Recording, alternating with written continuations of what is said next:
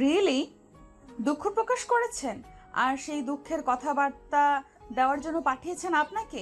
Seriously? আমার বাবা তার মেয়ের জন্য তার পিএসকে পাঠিয়েছেন। আপনার দিকে তাকিয়ে তো মনে হচ্ছে আপনি অফিসের কোনো পিয়ন বা ড্রাইভার হবেন। ম্যাম, স্যারের পিএস হওয়ার জন্য কোনো নির্দিষ্ট ড্রেস কোড আছে বলে আমার জানা ছিল না। আমি ভেবেছিলাম কাজটাই আসল, পোশাক নয়। আর ড্রাইভার সাহেব তো গাড়িতেই আছেন। তানিশা এমন উত্তর আশা করেনি। সে ভেবেছিল লোকটা হয়তো মাথা নিচু করে চুপ করে থাকবে, কিন্তু শাহিনের শান্ত জবাব তার অহংকারের যেন আরেকটু আঘাত করলো। বেশি কথা বলবেন না। আপনার কাজ আমাকে এখান থেকে বাড়িতে নিয়ে যাওয়া, লেকচার দেওয়া না। আমার লাগেজগুলো কোথায়? আমি ওদিকেই যাচ্ছিলাম ম্যাম। আপনি যদি অনুমতি দেন আমি আপনার ট্রলিটা নিতে পারি। থাক, আপনাকে কষ্ট করতে হবে না। আমার জিনিস আমি নিতে পারবো। আপনি শুধু রাস্তা দেখান, নাকি সেটাও আপনার দ্বারা হবে না? এইদিকে আসুন ম্যাম, বেল্ট নাম্বার 5-এ লাগেজ আসবে। শাহিন সামনে হাঁটতে লাগলো আর তানিশা কিছুটা দূরত্ব বজায় রেখে তাকে অনুসরণ করতে লাগলো। তার মাথায় তখন হাজারটা চিন্তা ঘুরছে। মনে মনে বলে, বাবা কতটা অবহেলা করলে এমন একজন সাধারণ লোককে এয়ারপোর্টে পাঠাতে পারে আমাকে নিতে, যেখানে আমার বন্ধুরা তাদের বাবা মায়ের সাথে হাসি মুখে বাড়ি ফিরে, সেখানে আমাকে ফিরতে হচ্ছে একজন কর্মচারীর সাথে। দীর্ঘ 2 বছরের জমানো সব আনন্দ যেন এক মুহূর্তেই উবে গেল। আসলে আমার দুঃখ কষ্ট অভিমান দেখার জন্য কেউ আর রইল না। যাও বাবা ছিল, এখন দেখছি তিনিও তার টাকার জন্য আমার প্রতি মায়া মমতা স্নেহ ভালোবাসা সবই ভুলে যাচ্ছে। আচ্ছা, তারা ওদিকে যেতে থাকুক। দর্শক, ছোট্ট করে তাদের পরিচয়টা দিয়ে দিই। জুলাইয়ের এক দুপুরে হজরত শাহজালাল আন্তর্জাতিক বিমানবন্দরের ব্যস্ত ভিআইপি লাউঞ্জের বাইরে স্থির হয়ে দাঁড়িয়েছিল গল্পের নায়ক শাহিন, বিজনেসম্যান আফতাব চৌধুরীর পার্সোনাল সেক্রেটারি। তার পরনে ছিল সাধারণ আকাশি শার্ট আর কালো প্যান্ট। সে অধীর আগ্রহে তাই এয়ারওয়েজের ফ্লাইটে ফেরা তার বসের একমাত্র মেয়ে গল্পের নায়িকা তানিশা চৌধুরীর জন্য অপেক্ষা করছিল। কিছুক্ষণ পরই স্বয়ংক্রিয় কাছের দরজা খুলে বেরিয়ে এসেছিল স্টাইলিশ পোশাক ও দামি সানগ্লাস পরা এক তরুণী তানিশা। তার হাঁটার ভঙ্গিতেই অহংকারী আভিজাত্য স্পষ্ট। বাবাকে না পেয়ে তার কপালে বিরক্তির ভাঁজ পড়েছিল। ফোনটা কেটে আশেপাশে তাকাতেই তার চোখ পড়েছিল শাহিনের উপর। শাহিন মৃদু হাসতেই তানিশা তার সাধারণ পোশাক আশাক দেখে তীক্ষ্ণ চোখে আপাদমস্তক মেপে নিল, যেন ভাবছিল এই সাধারণ লোকটা তার দিকে তাকিয়ে হাসছে কেন। আর তারপরই তো গল্পের শুরুটা কেমন হলো দেখলেনি। এবার আসি। শাহিন হাঁটতে হাঁটতে বলল, ফ্লাইট কেমন ছিল ম্যাম? কোনো অসুবিধা হয়নি তো? আপনার কি মনে হয় থাইল্যান্ড থেকে বাংলাদেশ এটা কোনো রকেট সায়েন্স না যে আমার অসুবিধা হবে? আর অসুবিধা হলেও সেটা আপনাকে বলার কোনো কারণ আমি দেখছি না। সাধারণত দীর্ঘ যাত্রার পর মানুষ ক্লান্ত থাকে, তাই জিজ্ঞেস করলাম। অন্য কোনো উদ্দেশ্য ছিল না। ও, তাহলে আপনার জেনারেল নলেজ অনেক, মানুষের ক্লান্তি নিয়েও ভাবেন। দারুণ। বাবার পিএস হিসাবে আপনার তো অনেক কাজ, তাই না? ফাইলপত্র গোছানো, মিটিং এর সময় মনে করিয়ে দেওয়া, আর এখন তো দেখছি এয়ারপোর্টে তার মেয়েকে রিসিভ করাও আপনার কাজের অংশ। আচ্ছা, আপনার স্যালারি কত? এই সব করার জন্য বাবা আপনাকে কত টাকা দেন? ম্যাম, স্যালারিটা হয়তো আপনার 1 ঘন্টার শপিং বিলের সমানও হবে না, কিন্তু স্যার আমাকে যে বিশ্বাসটা করেন সেটার মূল্য টাকায় পরিমাপ করা যায় না। আর এই বিশ্বাসটা অর্জন করার জন্য আমাকে অনেক কিছু করতে হয় বা হয়েছে, যার মধ্যে এয়ারপোর্টে স্যারের সবচেয়ে প্রিয় মানুষকে রিসিভ করতে আসাও একটা। শেষের কথাটা তানিশার কানে গিয়ে লাগলো। মনে মনে বলে, স্যারের সবচেয়ে প্রিয় মানুষ? কথাটা কি শাহিনা আমাকে খুশি করার জন্য বলল, নাকি এটাও তার কোনো কৌশল? সে কিছু বলার আগেই তার লাগেজ বেল্টের কাছে পৌঁছে গেল।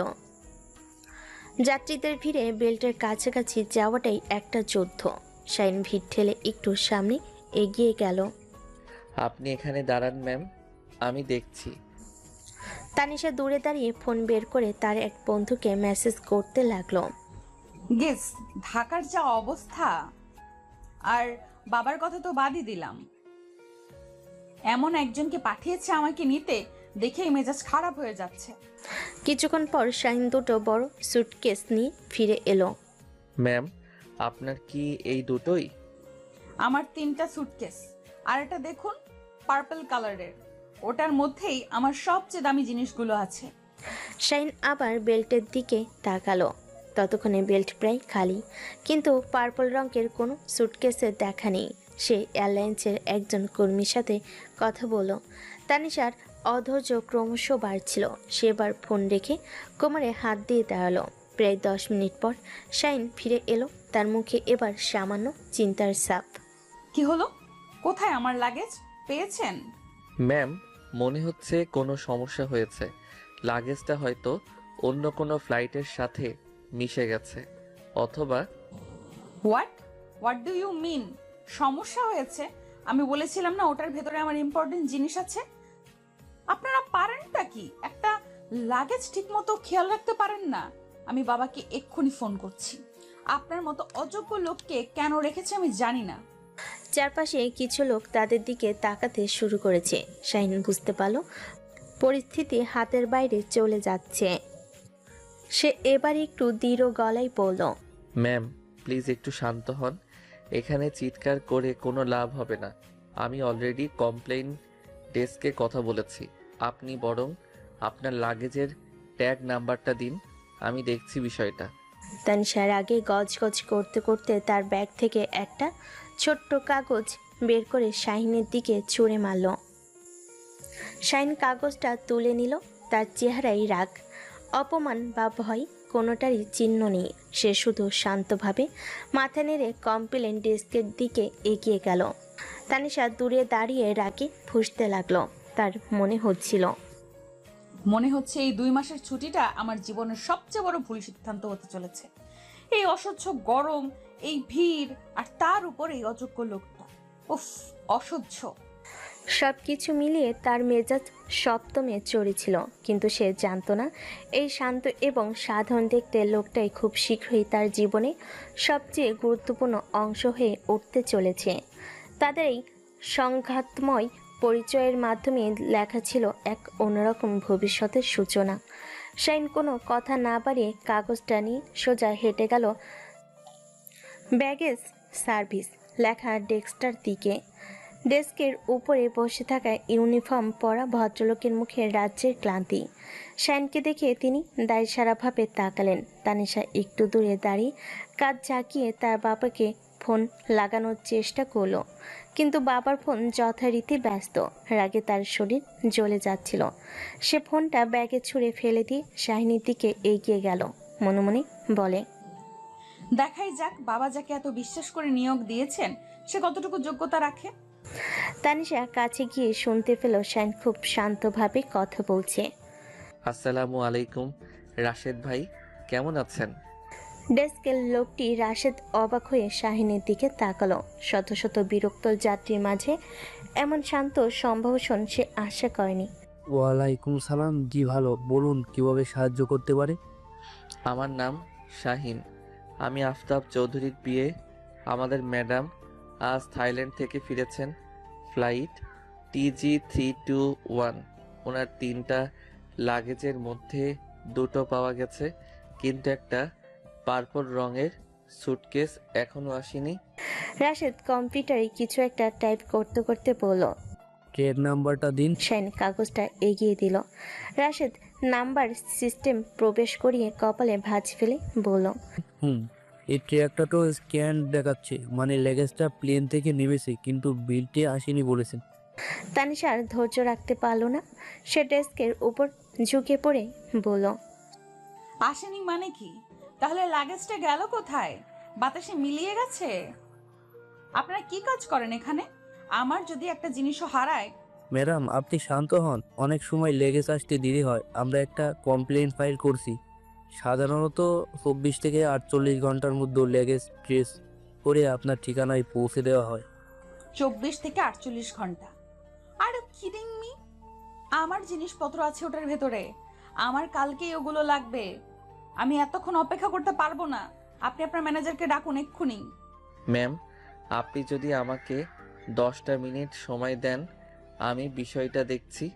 এভাবে চিৎকার করলে রাশেদ ভাইয়েরও কাজ করতে অসুবিধা হবে, আর আমাদের সমস্যারও সমাধান হবে না। 10 মিনিট? আপনি 10 মিনিটে কি করবেন? জাদু দেখাবেন? আমি দেখছি বাবা আপনাকে কি করতে বলে। সে আবার ফোন বের করে তার বাবাকে ডায়াল করতে লাগলো। শাহিন তানিশার কথায় কান না দিয়ে রাশেদের দিকে তাকিয়ে বলল, রাশেদ ভাই, আমি কি আপনার ফোনটা 1 মিনিটের জন্য ব্যবহার করতে পারি? আমার ফোনে নেটওয়ার্কের একটু সমস্যা হচ্ছে। রাশেদ কিছুটা অবাক হলেও ফোনটা বাড়িয়ে দিল। শাহিন ফোনটা নিয়ে একটা নাম্বার ডায়াল করলো। আসসালামু আলাইকুম জামাল ভাই, আমি শাহিন বলছিলাম আফতাব স্যারের অফিস থেকে। জি ভাই, ভালো আছি। একটা ছোট ব্যাপারে আপনার সাহায্য দরকার ছিল।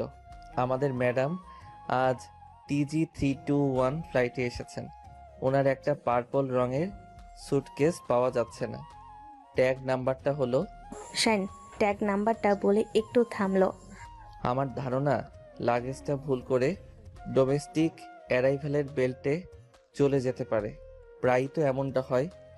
আপনি যদি আপনার কাউকে দিয়ে একটু ওদিকটা চেক করাতেন, খুব উপকার হতো। সুটকেসটার উপরে একটা হলুদ রঙের রিবন বাঁধা আছে। ফোনের ওপাশে কিছুক্ষণ কথা হলো। অনেক ধন্যবাদ জামাল ভাই, আমি আপনার ফোনের অপেক্ষায় রইলাম। আসসালামু আলাইকুম, রাখছি। শাহিন ফোনটা রেখে রাশেদকে ফেরত দিল। ধন্যবাদ রাশেদ ভাই। ততক্ষণে তানিশার ফোন করা শেষ। ও কোমরে হাত দিয়ে শাহিনের দিকে তাকিয়ে ব্যাঙ্গের সুরে বলল, বাহ, খুব তো ফোন করা হলো। এখন কি হবে? আসমান থেকে আপনার জামাল ভাই এসে লাগেজ দিয়ে যাবে? ম্যাম, জামাল সাহেব এখানকার ব্যাগেজ হ্যান্ডলিংয়ের ইনচার্জ। তিনি যদি সাহায্য করেন তাহলে কাজটা দ্রুত হতে পারে। ওহো, তাই নাকি? চেনা জানা আছে বলে খুব ভাব দেখাচ্ছেন। যদি লাগেজ না পাওয়া যায় তাহলে আপনার এই চেনা জানার কোনো দামই থাকবে না। মনে রাখবেন, আমার বাবা চেনা জানার চেয়ে কাজকে বেশি গুরুত্ব দেন। আমিও সেটাই বিশ্বাস করি ম্যাম, আর তাই তো আমি কাজটাই করার চেষ্টা করছি। আপনি বরং একটু বসুন ম্যাম, এখানে দাঁড়িয়ে থেকে কষ্ট হচ্ছে নিশ্চয়ই। আশা করি খুব তাড়াতাড়ি আমরা খবর পাবো। তানিশা বসলো না। সে পায়চারি করতে শুরু করলো। আর তার প্রতিটি পদক্ষেপে অধৈর্য হয়ে বিরক্ত ঝরে পড়ছিল। মিনিট 5 যায়, 5 মিনিট যায়, 10 মিনিট যায়। এয়ারপোর্টের ব্যস্ততা বেড়ে চলেছে, কিন্তু তাদের সমস্যার কোনো সমাধান নেই। কি হলো আপনার জামাল ভাইয়ের? 10 মিনিট তো শেষ। এখন কি বাহানা দেবেন? নাকি প্ল্যান বি কিছু আছে আপনার? ম্যাম, ধৈর্য জিনিসটা মাঝে মাঝে খুব কাজে দেয়, বিশেষ করে যখন পরিস্থিতি আমাদের নিয়ন্ত্রণে থাকে না। Don't you dare touch me about patience. আমার ফ্লাইট ল্যান্ড করেছে প্রায় 1 ঘন্টা হয়ে গেছে। এই 1 ঘন্টায় আমি বাড়ি পৌঁছে যেতে পারতাম, কিন্তু আপনার অযোগ্যতার জন্য আমি এখনো এই বিশ্রী জায়গায় আটকে আছি। আমার মনে হচ্ছে আমি একাই ট্যাক্সি নিয়ে চলে যাওয়া উচিত। আপনি আপনার লাগেজ নিয়ে এখানে বসে থাকুন। কথাটা বলার সাথে সাথে শাহিনের ফোনটা বেজে উঠল। সে ফোনটা কানে দিয়ে শান্তভাবে শুনল। জি, জামাল ভাই পেয়েছেন? আমি তাই ধারণা করেছিলাম। অনেক অনেক ধন্যবাদ ভাই, আমি আসছি ওদিকে। ফোনটা রেখে শাহিন উঠে দাঁড়ালো। তার মুখে একটা হালকা হাসির রেখা। ম্যাম, আপনার লাগেজ পাওয়া গেছে। পাওয়া গেছে? কোথায় ছিল? যেমনটা ভেবেছিলাম, ডোমেস্টিক অ্যারাইভেলের কনভেয়র বেল্টের পাশে রাখা ছিল। ভুল করে ওদিকে চলে গিয়েছিল। চলুন আমরা গিয়ে নিয়ে আসি। শাহিন রাশেদকে ধন্যবাদ জানিয়ে হাঁটতে শুরু করলো। তানিশা চুপচাপ তাকে অনুসরণ করতে লাগলো। তার মাথায় তখন অনেক কিছু ঘুরপাক খাচ্ছে। মনে মনে বলে, লোকটা কিভাবে এত নিশ্চিন্ত হলো যে লাগেজটা ওখানেই থাকতে পারে? আর তার চেনা জানা তো সত্যিই কাজে লেগেছে। মাত্র 15 মিনিটের মধ্যে সে লাগেজটা খুঁজে বের করে ফেললো, যেখানে সিস্টেম অনুযায়ী 48 ঘন্টা লাগার কথা ছিল। ওরা ডোমেস্টিক টার্মিনালের কাছে পৌঁছাতেই একজন কর্মী পার্পেল রঙের সুটকেসটা নিয়ে এগিয়ে এলো। সুটকেসের হাতলে সেই হলুদ রিবনটা বাঁধা। ধন্যবাদ ভাই, কষ্ট দিলাম আপনাকে। কর্মীটা হেসে গেল। শাইন সুটকেসটা টলিতে বাকিগুলোর সাথে রেখে তানিশার দিকে তাকালো। এবার সব ঠিক আছে ম্যাম, আমরা এখন যেতে পারি। তানিশা কোনো উত্তর দিল না। সে তার দামি সুটকেসটার দিকে তাকিয়েছিল, আর ভেতরে তোলপাড় সে কোনোভাবেই প্রকাশ করতে চাইছিল না। তার অহংকার তাকে একটা থ্যাংক ইউ বলতে বাধা দিচ্ছিল। আমি কিভাবে স্বীকার করব যে এই সাধারণ দেখতে লোকটা আমার চেয়ে বেশি কার্যকর? নো, এটা কখনোই হবে না। তানিশা নিজেকে সামলে নিয়ে আগের মতোই রুক্ষ গলায় বলল, ফাইনালি অনেক সময় নিলেন, চলুন এখন, আমার এমনিতেই অনেক দেরি হয়ে গেছে। কথাটা বলে সে এক মুহূর্ত না দাঁড়িয়ে বাইরে দরজার দিকে হাঁটতে শুরু করলো। তার হাঁটার গতি বুঝিয়ে দিচ্ছিল সে এই পরিস্থিতি থেকে যত তাড়াতাড়ি সম্ভব পালাতে চায়। শাইন কোনো প্রতিক্রিয়া দেখালো না, সে শুধু মৃদু হাসলো। এই অহংকারী মেয়ের ভিতরের দ্বিধাটা সে বুঝতে পারছিল। মনে মনে বলে, বরফ গলতে শুরু করেছে, যদিও বাইরে থেকে তা বোঝার উপায় নেই। শাইন 3টা লাগেজ সহ টলিটা ঠেলতে ঠেলতে তাকে অনুসরণ করতে করতে বলল, গাড়িটা ভিআইপি পার্কিংয়ে রাখা আছে ম্যাম। এই সময়ে গুলশানের দিকে খুব বেশি ট্রাফিক থাকার কথা নয়। আশা করি আমরা তাড়াতাড়ি বাড়ি পৌঁছে যাব। বিমানবন্দরে কোলাহল পেছনে ফেলে আফতাব চৌধুরীর কালো মার্সিডিসটা মসৃণ গতিতে ভিআইপি রোড ধরে এগিয়ে চলল। তানিশা জানালার বাইরে তাকিয়ে ঢাকার পরিচিত অপরিচিত দৃশ্যগুলো দেখছিল। কত বিজ্ঞাপন, কত নতুন দালান। 2 বছরের শহরটা যেন আরও বেশি যান্ত্রিক হয়ে গেছে, তার নিজের ভিতরে অনুভূতির মতোই। শাহিন ড্রাইভারের পাশের সিটে বসে সে কয়েকবার আয়নায় পেছন দিকে তানিশার প্রতিচ্ছবি দেখেছে। মেয়েটার সুন্দর মুখে বিরক্তি আর অভিমানের একটা মেঘ জমে আছে। সেই মেঘ কাটানোর একটা ক্ষীণ চেষ্টা করলো সে। ম্যাম, আপনার যদি জেট ল্যাগ মনে হয় তাহলে বাড়ি গিয়ে কিছুক্ষণ রেস্ট নিলেই ঠিক হয়ে যাবে। লেবুর শরবত খেলে ফ্রেশ লাগবে, আমি রহিম চাচাকে বলে রেখেছি।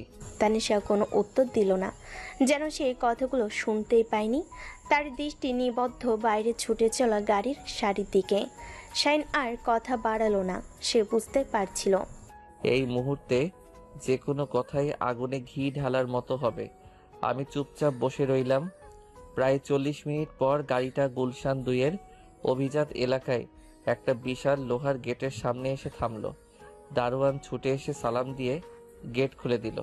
গাড়িটা বাড়ির পোর্চে এসে থামতেই হাসি মুখে এগিয়ে এলেন মধ্যবয়সী এক নারী, হাসিনা বেগম। তিনি এই বাড়ির পুরনো কাজের লোক। তানিশাকে কোলে পিঠে করে মানুষ করেছেন। তার পেছনে আরো 2জন কাজের লোক দাঁড়িয়ে। আম্মাজান, আয়সা পড়ছো? কতদিন পর তোমারে দেখলাম, শুকাইয়া গেছে তো। তানিশা গাড়ি থেকে নামতেই হাসিনা বেগম তার হাত ধরে ফেলল। কতদিন পর এই পরিচিত স্পর্শে তানিশার কঠিন ভাবটা সামান্য নরম হলো, কিন্তু পরক্ষণে সে বাবাকে খুঁজতে লাগলো। হাসিনা খালা, বাবা কোথায়? এখনো আসেনি? হাসিনা বেগমের হাসি মুখটা একটু মিলান হয়ে গেল। তিনি ইতস্তত করে শাইনের দিকে তাকালেন। শাইন ততক্ষণে গাড়ি থেকে লাগেজগুলো নামানোর তদারকি শুরু করেছে। ম্যাম, স্যার একটা জরুরি মিটিংয়ের জন্য ক্লাবে গেছেন। আমাকে বলেছেন আপনাকে জানিয়ে দিতে। এয়ারপোর্টেও আপনাকে বলেছিলাম, উনি এখনো আসেননি। আমাকে ইনফর্ম করেছেন উনি আসতে আরও যখন সময় লাগবে। তানিশার সামান্য নরম হওয়া মুখটা আবার বরফের মতো কঠিন হয়ে গেল। তার কণ্ঠস্বর শীতল। জরুরি মিটিং? এয়ারপোর্ট থেকে বাড়ি আসতে আমার 1.5 ঘন্টা লাগলো। এইটুকু সময়ও তার হলো না আমার জন্য? মিটিংটা কি আমার চেয়েও বেশি জরুরি ছিল? ম্যাম, বায়াররা আজ রাতেই চলে যাবেন। মিটিংটা বেশ কিছুদিন ধরেই পেন্ডিং ছিল। স্যার আপনাকে বলেছেন তিনি ফিরেই আপনার সাথে কথা বলবেন। আপনার জন্য একটা সারপ্রাইজও আছে। সারপ্রাইজ? ওয়াও! আমার বাবা কি সবসময় টাকার অঙ্কে ভালোবাসা প্রকাশ করতে পছন্দ করেন? হয়তো নতুন কোনো গাড়ি কিনে রেখেছেন, তাই না? কিংবা দামি কোনো গহনা। তাকে গিয়ে বলবেন আমার এইসবের কিছুই লাগবে না, আমার শুধু তাকে লাগতো। কয়েকটা মুহূর্তের জন্য। কতগুলো প্রায় চিৎকার করে বলে সে আর এক মুহূর্ত দাঁড়ালো না, হনন করে হেঁটে বাড়ির ভিতর চলে গেল। তার পেছনে হাসিনা বেগম বলল, আম্মাজান শোনো। শাইন একটা দীর্ঘশ্বাস পেল। সে জানতো পরিস্থিতি এমনই হবে।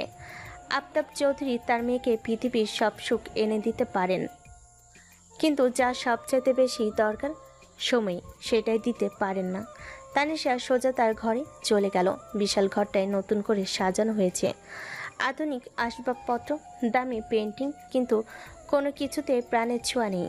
সব কিছুই যেন একটা হোটেলের ছুটের মতো নিকটার অনুভূতিহীন। সে বারান্দার দরজাটা খুলে দাঁড়ালো। এখান থেকে তাদের সুন্দর বাগানটা দেখা যায়। ছোটবেলায় আমি এই বাগানেই বাবার হাত ধরে প্রজাপতির পেছনে ছুটতাম। আজ সেই বাগানটা আছে, কিন্তু বাবার হাতটা নেই। আর মা ওনার স্নেহ পাওয়ার আগেই তো আমাকে একা করে দিয়ে অনেক দূরে চলে গেলেন, যেখান থেকে চাইলেও আমি ওনার ভালোবাসা আর পাবো না। আমার জীবনটা কি এইভাবেই কেটে যাবে, নাকি এমন কেউ আসবে আমার লাইফে যে মা বাবা দুজনের ভালোবাসা সে একাই দিতে পারবে? কিছুক্ষণ পর তার ফোনটা বেজে উঠল। স্ক্রিনে বাবা নামটা ভাসছে। সে ফোনটা রিসিভ করলো। হ্যালো। হ্যালো মা, পৌঁছেছিস? সরি রে মা, আমি থাকতে পারলাম না, হঠাৎ করেই।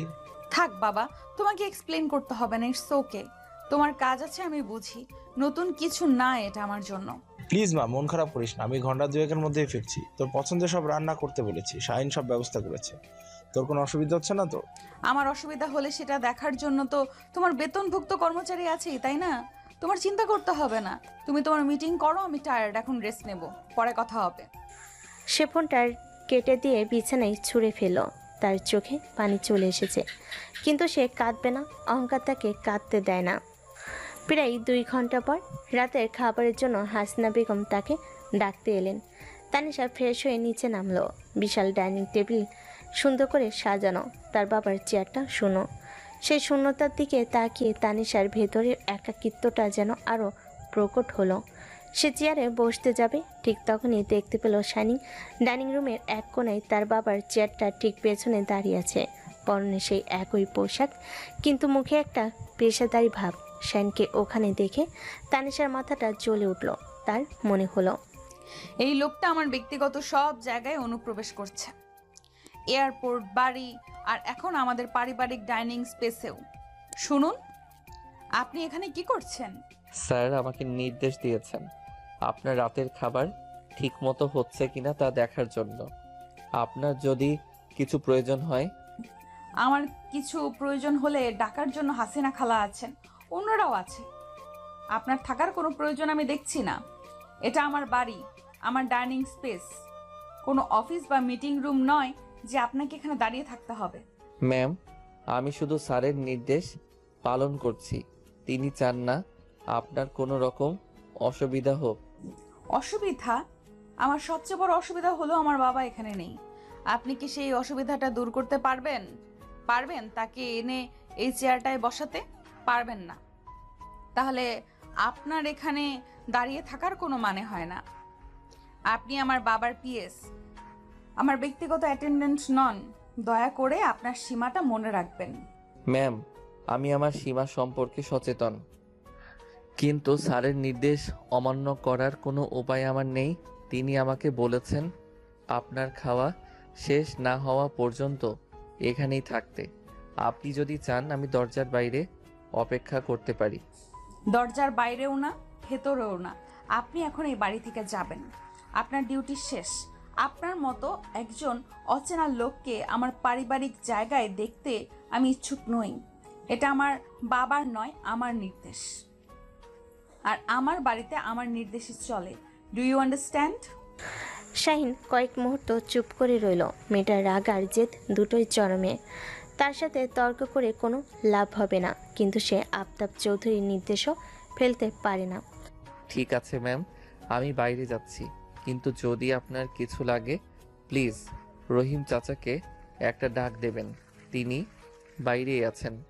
শাহিন শান্তভাবে মাথা ঝুঁকিয়ে ঘর থেকে বেরিয়ে গেল। তানিশার আগে ফুঁসতে ফুঁসতে চেয়ারে বসলো। তার মনে হচ্ছিল, এই শাহিন লোকটা ইচ্ছে করে আমাকে আরো বেশি করে রাগিয়ে দিচ্ছে। বাবার অতিরিক্ত নির্ভরতা এই লোকটার সাহস বাড়িয়ে দিয়েছে। এর একটা ভয়ঙ্কর ব্যবস্থা করতেই হবে। সে শূন্য চেয়ারটায় দিকে তাকিয়ে রইল। এই দৃশ্যটা যেন তার পুরো জীবনের প্রতিচ্ছবি। বিশাল আয়োজন, কিন্তু আমার ভালোবাসার মানুষটাই অনুপস্থিত। আর সেই শূন্যস্থান পূরণ করার সময় সব সময় দাঁড়িয়ে থাকে কিছু বেতনভুক্ত কর্মচারী। ধুর, এটা কোনো জীবন হলো? কিছুই খাবো না আমি। এই চিন্তাটা তাকে আরো বেশি বিষণ্ণ করে তুলল। ঠিক তখনই রহিম চাচা, বাড়ির প্রধান রাঁধুনি, রাতের খাবারের টলি নিয়ে প্রবেশ করলো। খাবারের ঢাকনাগুলো খুলতেই পুরো ঘরটা সুগন্ধে ভরে গেল। আর সেই গন্ধটা তানিশার সব রাগ, সব অভিমানকে এক মুহূর্তেই থামিয়ে দিল। কারণ টেবিলের প্রতিটা খাবারই ছিল তার একান্ত পছন্দের। কিন্তু সেই পছন্দের তালিকায় এমন একটা জিনিসও ছিল যা শাহিনের জানার কথা নয়। আর এটা থেকে শুরু হলো গল্পের পরবর্তী মোড়। টেবিলে সাজানো রয়েছে স্টিমিং হট বাটার নান, রেশমি কাবাব, চিকেন কোরমা আর তার সবচেয়ে প্রিয় হায়দ্রাবাদি বিরিয়ানি। প্রতিটি খাবারের ঘ্রাণ তার শৈশবের স্মৃতি ফিরিয়ে আনছে। এগুলো সবই তার পছন্দের খাবার, যা সে তার বাবাকে দেশে আসার আগে ফোনে বলেছিল। বাবা তাহলে আমার কথাগুলো মনে রেখেছে। যাক, মিটিংয়ে ব্যস্ত থাকলেও আমার জন্য আয়োজনটা ঠিকই করে গেছে। এই ভেবে তার মনটা সামান্য ভালো হলো। বাবার উপরে জমে থাকা অভিমানগুলো যেন একটু গলতে শুরু করলো। সে প্লেটে বিরিয়ানি তুলে নিতে তার চোখ পড়ল পাশে ছোট্ট বাটিটার দিকে। কাছের বাটিতে হালকা হলুদ রঙের কাস্টার্ড, যার উপরে আনারসের ছোট ছোট টুকরো আর চেরি দিয়ে সাজানো পাইনঅ্যাপেল কাস্টার্ড। এটা দেখা মাত্রই তানিশার বুকের ভেতরটা স্যাঁত করে উঠল। তার সব রাগ, অভিমান, বিরক্তি সব কিছু যেন এক মুহূর্তে উধাও হয়ে গেল। এটা এটা এখানে কি করে এলো? তার কণ্ঠস্বর উত্তেজনায় কাঁপছিল। সে চেয়ারে বসা রহিম চাচার দিকে তাকালো। রহিম চাচা সেই ছোটবেলা থেকেই এই বাড়িতে আছেন। রহিম চাচা, এই কাস্টার্ডটা কে বানিয়েছে? আমি তো বানাইলাম আম্মা জান, আপনার পছন্দের জিনিস আপনি দেশে আইবেন আর এটা হইব না, তা কি হয়? কিন্তু বাবা আপনাকে বলেছে এটা বানাতে? বাবার তো এটা মনে থাকার কথা না। এটা তো আমি অনেক ছোটবেলায় খেতাম, তারপর তো ভুলেই গেছিলাম। তার মনে পড়ে গেল ক্লাস 7-এ পড়ার সময় সে একটা ডায়েরি লিখত। সেই ডায়েরিটা এক পাতায় সে লিখেছিল, আজ মা বেঁচে থাকলে আমাকে নিশ্চয়ই পাইনঅ্যাপেল কাস্টার্ড বানিয়ে খাওয়াতো। এটা আমার নিউ ফেভারিট। তার মা মারা যাওয়ার পর এই কাস্টার্ডটা আর খাওয়া হয়নি। ডায়েরিটাও কোথাও হারিয়ে গেছে, তার মনে নেই। বড় সব তো খালি কোরমার বিরিয়ানির কথা কইছিল, বাকি সব তো শাহিন বাবা নিজে খারায় তদারকি করছে।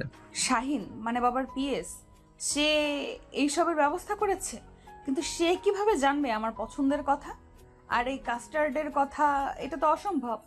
হ্যাঁ আম্মা জান, শাহিন বাবাই তো দুপুরে আমারে ফোন দিয়ে লম্বা একটা লিস্ট ধরাইয়া দিল। কইলো চাচা ম্যাডাম 2 বছর পর দেশে ফিরতেছে, তার যেন মনে হয় নিজের বাড়িতেই আসতেছে, কোনো হোটেলে না। তার পছন্দের প্রত্যেকটা জিনিস যেন টেবিলে থাকে। আমি তো কইলাম বড় সপ্তাহ খালি 2-3টা আইটেমের কথা কইলো। তখন শাহিন বাবা কইলো, রহিম চাচা একটু থামলেন, যেন কিছু একটা মনে করার চেষ্টা করলেন। কি বললো সে? বাবা কইলো বড় স্যার তো বাবা, তার সব কথা মানে নাও থাকতে পারে, কিন্তু আমরা যারা বাড়ির লোক আমাদের তো মনে রাখতে হইব। তারপর সে আমারে পাইনঅ্যাপেল কাস্টার্ডের কথা কইলো। আমি তো অবাক। আমি কইলাম এটা তো আপনি ছোটবেলায় খাইতেন, এখন তো আর খান না। শাহিন বাবা হাসলো, কইলো কিছু পছন্দের জিনিস কোনো বদলায় না চাচা, শুধু সময়ের সাথে সাথে চাপা পইরা যায়। আপনি বানান, দেখেন ম্যাডাম ঠিকই খুশি হইব। তানিশা স্তব্ধ হয়ে বসে রইল। তার হাতে ধরা চামচটা প্লেটের উপর স্থির। সে বিশ্বাসই করতে পারছিল না।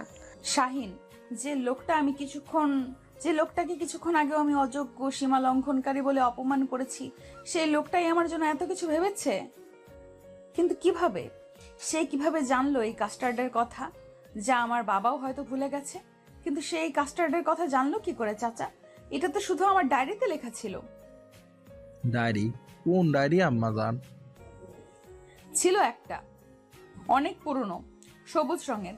কোথায় আছে আমি নিজেও জানি না।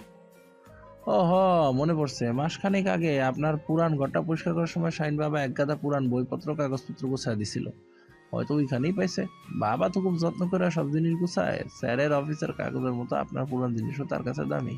তানিশার মাথাটা ভো ভো করতে লাগলো। তাহলে শাহিন তার ব্যক্তিগত ডায়েরি পড়েছে? এই চিন্তাটা প্রথমে তাকে রাগান্বিত করার কথা ছিল, কিন্তু অদ্ভুতভাবে তার রাগ হলো না, বরং একটা অজানা অনুভূতি তার ভেতরটাকে নাড়া দিয়ে গেল। মনে মনে বলে, লোকটা আমার ডায়েরি পড়েছে, কিন্তু সেটা নিয়ে কোনো বাজে মন্তব্য করিনি বা সুযোগ নেওয়ার চেষ্টা করিনি, বরং আমার সবচেয়ে ব্যক্তিগত হারিয়ে যাওয়া একটা ইচ্ছাকে এইভাবে নীরবে পূরণ করে দিয়েছে।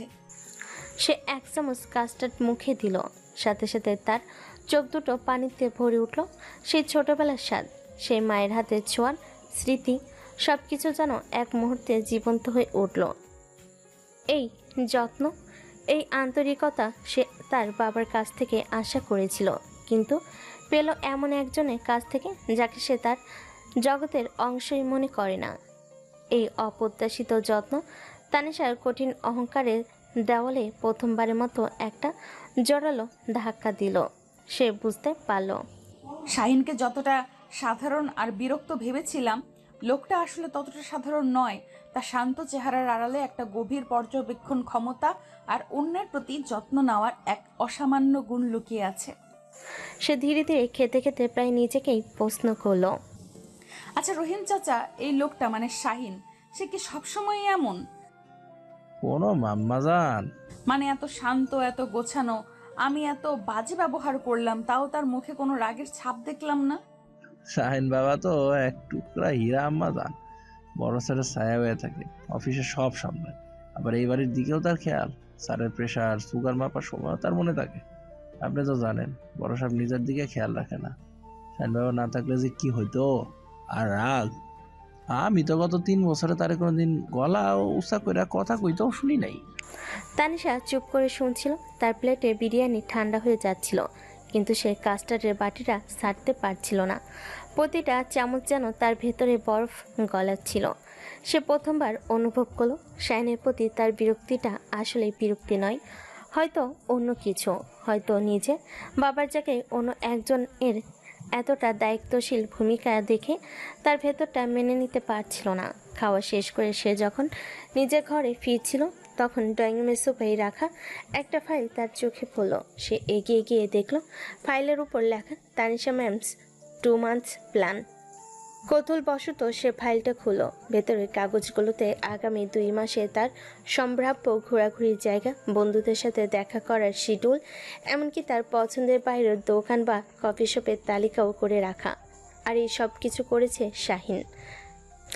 এই মিটিকিউলিয়াস প্ল্যানিং, এই নীরব যন্ত্র তানিশার কঠিন মনের গভীরে প্রথমবারের মতো একটি নরম অনুভূতির জন্ম দিল।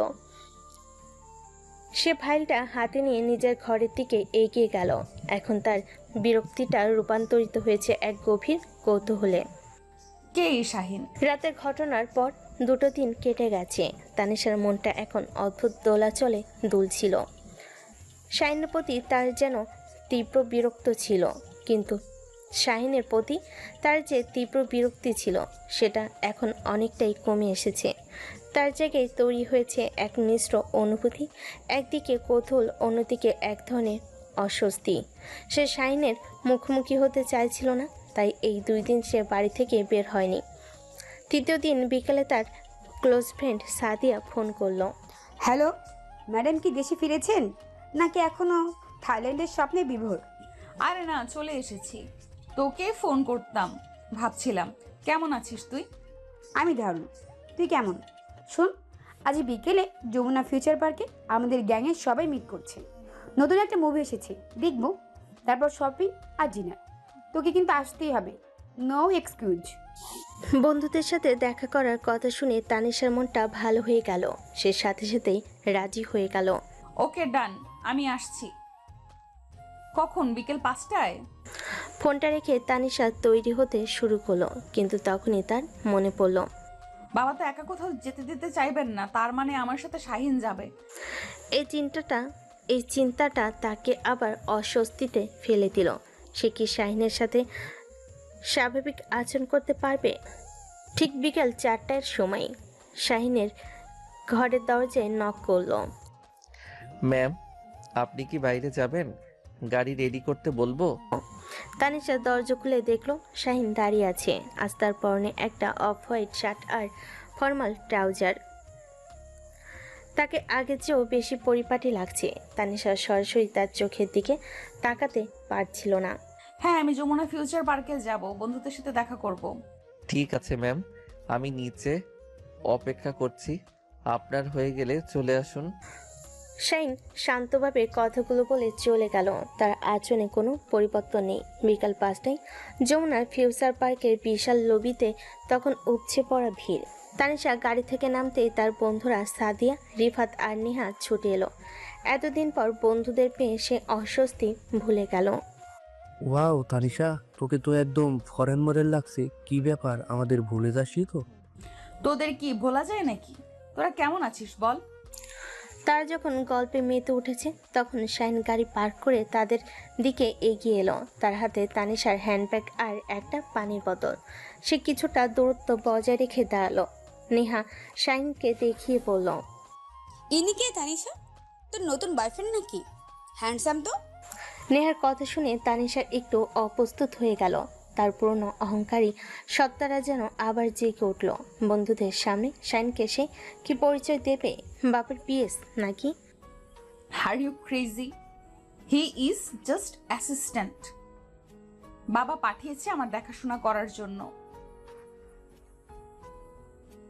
ইউ নো বাবার ওভার প্রোটেক্টিভনেস। মুভি দেখার সময় শাহিন পেছনের সারিতে একাই বসেছিল, কিন্তু তার পুরো মনোযোগ ছিল তানিশার নিরাপত্তার দিকে।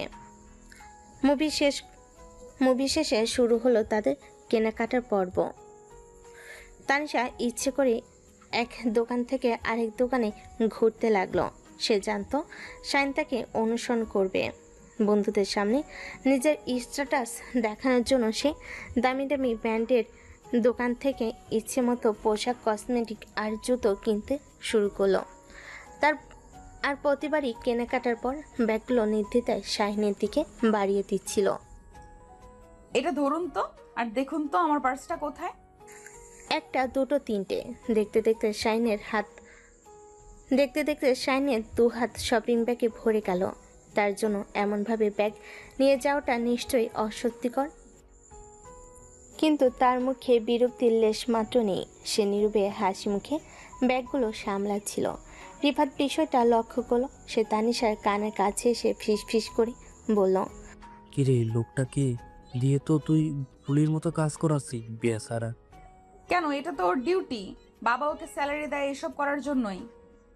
যদিও মুখে সে কথাটা বলল, সে তার মনটা খচখচ করছিল। আর চোখে শাহিনের দিকে তাকালো। গরমে আর এতগুলো ব্যাগের ভারে শাহিনের কপালে বিন্দু বিন্দু ঘাম জমেছে, কিন্তু সে একটিবারও অভিযোগ করেনি। তানিশার উদ্দেশ্য ছিল বন্ধুদের, বিশেষ করে নেহার সামনে শাহিনকে ছোট্ট করে দেখানো। সে প্রমাণ করতে চেয়েছিল যে শাহিন তার একজন সাধারণ কর্মচারী ছাড়া আর কিছুই নয়। রাতে খাবারের পর সেই নরম মুহূর্তটা ছিল একটা দুর্ঘটনা মাত্র। তারা আড়ংয়ের শোরুমে ঢুকলো। কেনাকাটার এক পর্যায়ে তানিশার ফোন বেজে উঠল। সে ফোন নিয়ে কথা বলতে একটু দূরে সরে গেল। শাহিন ব্যাগগুলো একপাশে রেখে তার দিকে সতর্ক দৃষ্টি রাখছিল।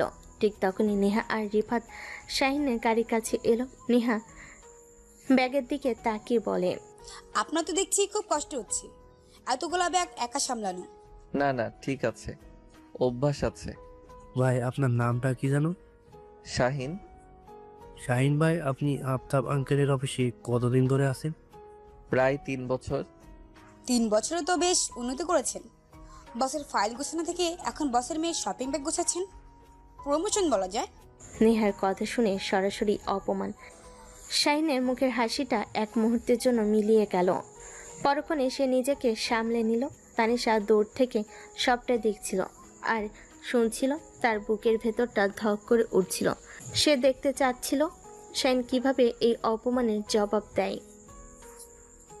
সে কি রেগে যাবে নাকি চুপ করে থাকবে? কিন্তু শাহিন যা বলবে তা তানিশার কল্পনার বাইরে ছিল। সে হাসি মুখে নেহার দিকে তাকিয়ে উত্তর দিল, প্রমোশন তো বটেই আপা, আপনি তো শুধু শপিং ব্যাগটাই দেখছেন, এর পেছনের দায়িত্বটা তো আর দেখছেন না। দায়িত্ব? শপিং ব্যাগ বয়ে বেড়ানোর মধ্যে আবার কিসের দায়িত্ব? আছে আছে, অনেক বড় দায়িত্ব। দেখুন, আগে আমি স্যারের অফিসের কয়েক কোটি টাকার ফাইল সামলাতাম। সেখানে ভুল হলে কোম্পানির লস হতো, কিন্তু এখন আমি যার ব্যাগ সামলাচ্ছি তিনি তো স্যারের কয়েকশো কোটি টাকার থেকেও বেশি দামি। তিনি স্যারের একমাত্র মেয়ে, তার কলিজার টুকরা। তো এখানে যদি আমার সামান্য ভুলে ম্যাডামের মুড অফ হয়ে যায়, তাহলে স্যারের যে পরিমাণ হার্টের ক্ষতি হবে সেটার আর্থিক মূল্যায়ন করা ইম্পসিবল। শাইন এমনভাবে তার সাথে কথাগুলো বলছিল যে রিফাত তার সাদিয়ার হাসি চেপে রাখাই দায়ী হয়ে পড়ল। নেহা প্রথমে একটু থতমত খেয়ে গেলেও পরক্ষণে নিজেকে সামলে নিয়ে আবার আক্রমণ করার চেষ্টা করলো। বাহ, বেশ তো কথা বলতে পারেন। আপনার মতো স্মার্ট লোককে তো মার্কেটিংয়ে চাকরি দেওয়া উচিত। পিএস হিসেবে তো আপনাকে মানাচ্ছে না। ধন্যবাদ আপা, কিন্তু সমস্যা হলো মার্কেটিংয়ে চাকরি করলে তো আর এমন ভিআইপির সাথে ঘোরার সুযোগ পেতাম না। তাছাড়া ম্যাডামের মতো একজন বস পাওয়া তো ভাগ্যের ব্যাপার। বস? তানিশা আপনার বস নাকি শাহিন ভাই? অবশ্যই, আফতাব চৌধুরী তো আমার অফিসিয়াল বস, আর তানিশা ম্যাম হলেন বস অব দ্য বস। স্যারের রিমোট কন্ট্রোল তো ম্যাডামের হাতেই থাকে। ম্যাডাম যদি একবার বলে, বাবা তোমার এই পিএসকে আমার পছন্দ না, তাহলে আমার 3 বছরের চাকরি 3 সেকেন্ডে শেষ হয়ে যাবে। তো সেই হিসেবে তিনিই তো আমার আসল বস, তাই না? শাইনের কথাই এবার সাদিয়া আর রিফাত দুজনেই হো হো করে হেসে উঠল। আরঙের সামান্য কেদারাও তাদের দিকে তাকাচ্ছিল। নেহার মুখটা অপমানে লাল হয়ে গেছে। সে আর কোনো কথা খুঁজে পাচ্ছিল না। তানিশা দূরে দাঁড়িয়ে সবটা দেখছিল আর দেখছিল। সে বিস্ময়ে হতবাক। শাইন কি অবলীলায় একটা অপমানজনক পরিস্থিতিকে মজার হিসাবে বানিয়ে ফেলল। সে নেহা এক বিন্দুও ছাড় দিল না, কিন্তু তার মধ্যেই কোনো ভদ্রভাব বা রাগ ছিল না, বরং ছিল বুদ্ধিমত্তা আর সাধারণ সেন্স অফ হিউমার। সবচেয়ে বড় কথা, শাইন তার উত্তরের মাধ্যমে তানিশার গুরুত্বকেই সবার সামনে তুলে ধরেছে, যা প্রকারস্থের তানিশার সম্মানকেই রক্ষা করেছে। তানিশা ফোনটা কান থেকে নামিয়ে তাদের দিকে এগিয়ে গেল, আর মুখে একটা নিয়ন্ত্রিত হাসি। কিরে, তোরা এখানে হাসাহাসি করছিস কেন? কি হয়েছে? কিছু না, শাহিন ভাই খুব মজার মানুষ। তো তোর তো ভাগ্য ভালো, এমন একজন এন্টারটেইনিং অ্যাসিস্ট্যান্ট পেয়েছিস। নেহা কোনো কথা না বলে মুখ ঘুরিয়ে নিল। তানিশা শাহিনের দিকে তাকালো। এই প্রথমবার সে শাহিনের চোখের দিকে তাকিয়ে সরাসরি তাকালো। তার চোখে কোনো অভিযোগ নেই, কোনো অপমানবোধ নেই, আছে শুধু একটা নির্মল বুদ্ধিদীপ্ত চাহনি। অনেকগুলো ব্যাগ হয়ে গেছে, তাই না? চলুন এগুলো গাড়িতে রেখে আসি, তারপর আমরা কফি খেতে যাব।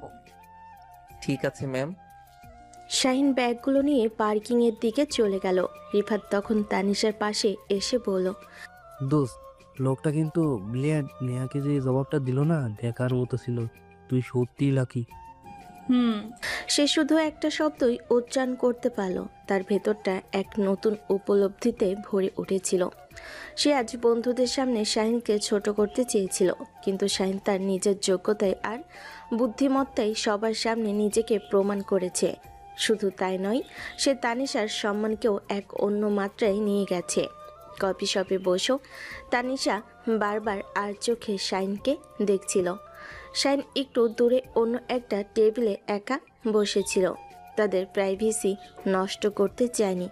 তানিশা প্রথমবার বুঝতে পারল শাহিন কেবল একজন সাধারণ পিএস নয়, তার ব্যক্তিত্ব অনেক গভীর, তার চিন্তাভাবনা অনেক পরিণত।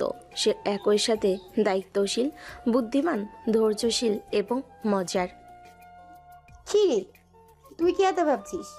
বারবার ওদিকে তাকাচ্ছিস যে? না কিছু না, এমনি। কিন্তু সে জানতো সে এমনি তাকাচ্ছিল না।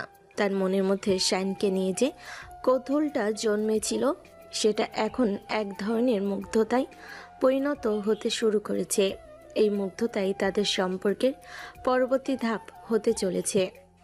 শপিং মলের ঘটনাটা তানিশার মনে গভীর ছাপ ফেলেছিল। বাড়ি ফেরার পর থেকে সে এক অদ্ভুত অস্থিরতার মধ্যে ছিল। রাতের খাবার শেষে সে বারান্দায় এসে দাঁড়ালো। ঝিরঝির বৃষ্টি দেখছিল আর নিজের অজান্তেই শাহিনের কথা ভাবছিল। নিচু স্বরে নিজেকে নিজে বলছে, লোকটা আসলেই অদ্ভুত। এমনভাবে অপমানটা সামলে নিল যেন কিছুই হয়নি। আবার আমাকে সবার সামনে কি ভাবছি আমি এসব। হি is just an employee. Tanisha, stop it. রাত গভীর হতে লাগলো, বৃষ্টির বেগও বাড়ল। রাত প্রায় 12টা।